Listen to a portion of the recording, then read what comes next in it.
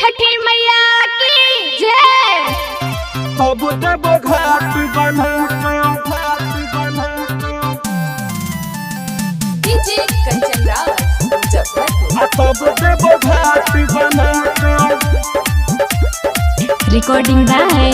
SR studio Ludhiana. छठी घाट छौरी के ने छपरसान गए घाट बनबैला लले बेजान गए कि हमारे चलन तू हमरा देखा देवे अपन नंबर बता तब देव घाट बना देवे अपन नंबर बता तब देव घाट बना छठी घाट छौरी के ने छपरसान गए घाट बनबैला लले बेजान गए कि हमारे चलन तू हमरा देखा देवे अपन नंबर बता तब देव घाट बना देवे अपन नंबर बता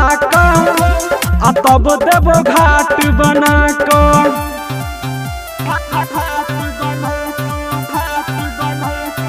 म्यूजिक बाय विकेश भोजपुरिया।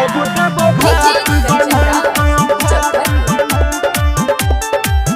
छौरी घाट बने बोझे हम गए लग देखे में न मरुअन गए हमर बहुत तू कर बड़ाई रबे ने छठी घाट के कोरो से कम गए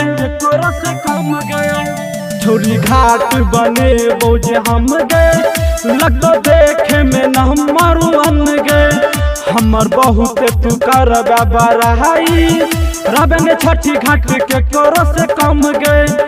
यह बात हम कहो छियो तोरा सुना देवे अपन नंबर बता तब देव घाट बना देवे अपन नंबर बता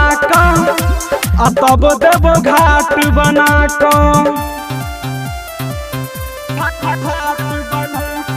म्यूजिक बाय विकेश भोजपुरिया। डीजे कंचन राज मुजफ्फरपुर। मुकेश घाट बने तो सजा आशिक अनिल के जगह से बचा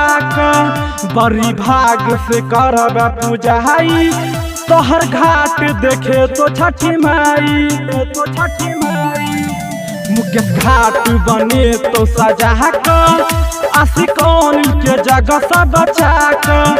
बड़ी भाग से करब पूजाई तोहर घाट देखे तो छठी माई